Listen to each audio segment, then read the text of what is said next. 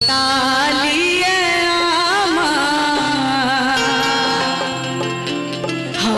के लगाही सुतालिए आमा कैसे हम बेटा राउर पी के रोज कर ले डरामा। और देखिए ये बात एक पत्नी अपने सासू अम्मा से कहती है कि ए अम्मा जी राउर बेटा बड़ा नालायक बारा, हम ओकरा जोड़े ना रह पियक्कड़ बारा। हाँ इसलिए उस वियोग में कहती क्योंकि जब पति आते हैं पी के तो सोते आराम से नहीं है, मारते हैं पीटते हैं, है ना। और अक्सर जब लोग पी लेते हैं तो अक्सर का काम यही होता है कि मारपीट शुरू करते हैं, घर में झगड़ा करते हैं, झंझट करते हैं। इसीलिए वो पत्नी अपने सासू अम्मा से कहती है, क्या कहती है, किस भाव में कहती है, जरा गौर से सुनिएगा।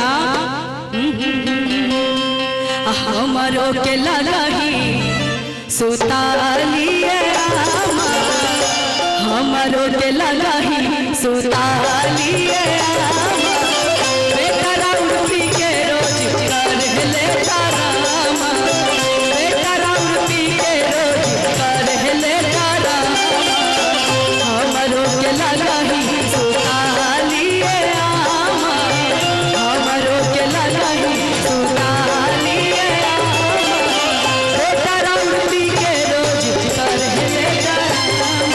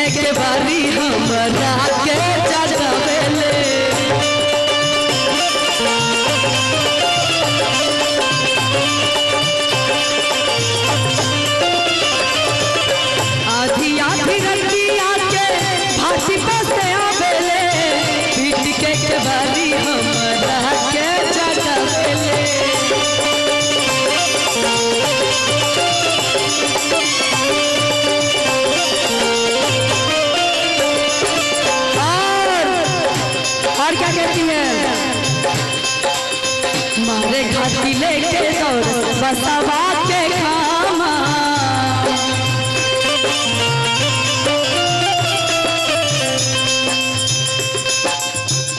क्या मारे घाटी लेके दौड़ बसवा के खामा, बेटा राउर पी के रोज कर ले डरामा, बेटा राउर पी के रोज कर ले डरामा।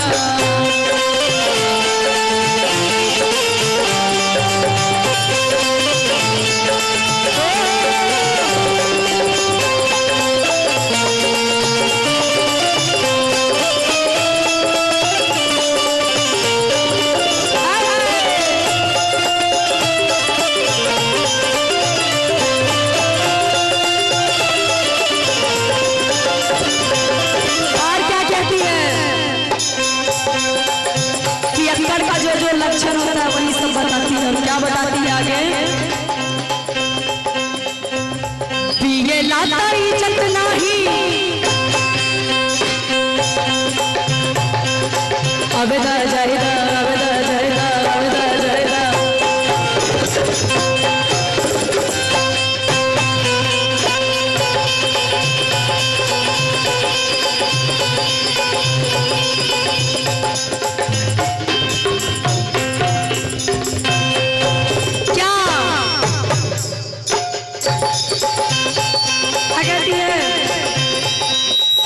पिए लाता इज्जत नाही कर ले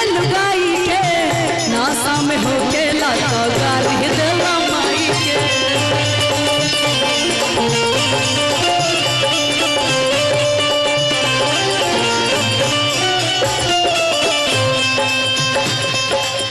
बाबा इधर आ जाइए। हाँ हम गाएंगे, आप त्रिशूल के साथ डांस करिएगा। ये लाता इज्जत नाही करे ले लुगाई के, नाशा में होके लाता गाली देवा माई के।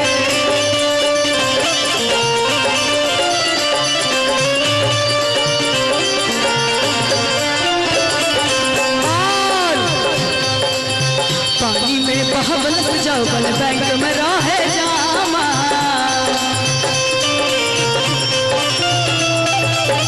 पानी में बहबलस जौबन बैंक में रहे जामा। बेटा राउर पी के रोज कर ले आरामा,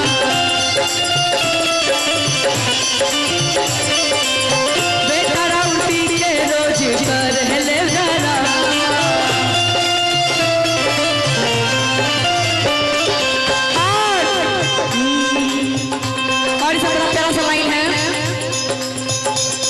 जो बीच बजरिया तूने मेरी पकड़ी भैया, मैं सबको बोल दूंगी। जब रात माँ कोई ना जागे अयो सैया, मैं खिड़की खोल दूंगी। जो बीच बजरिया तूने मेरी पकड़ी भैया, मैं सबको बोल दूंगी। जब रात माँ कोई ना जागे अयो सैया, मैं खिड़की खोल दूंगी।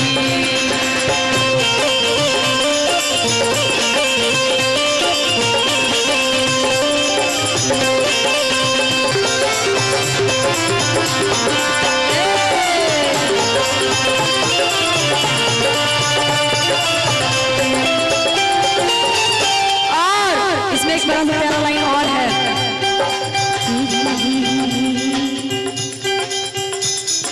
सावन का महीना पवन कर शोर,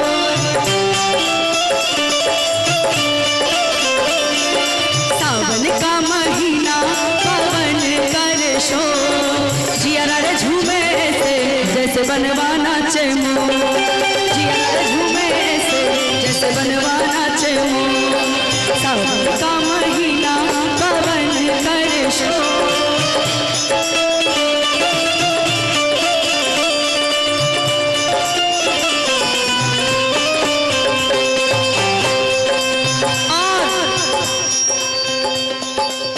हमरो के लगा ही सुतालिए आमा।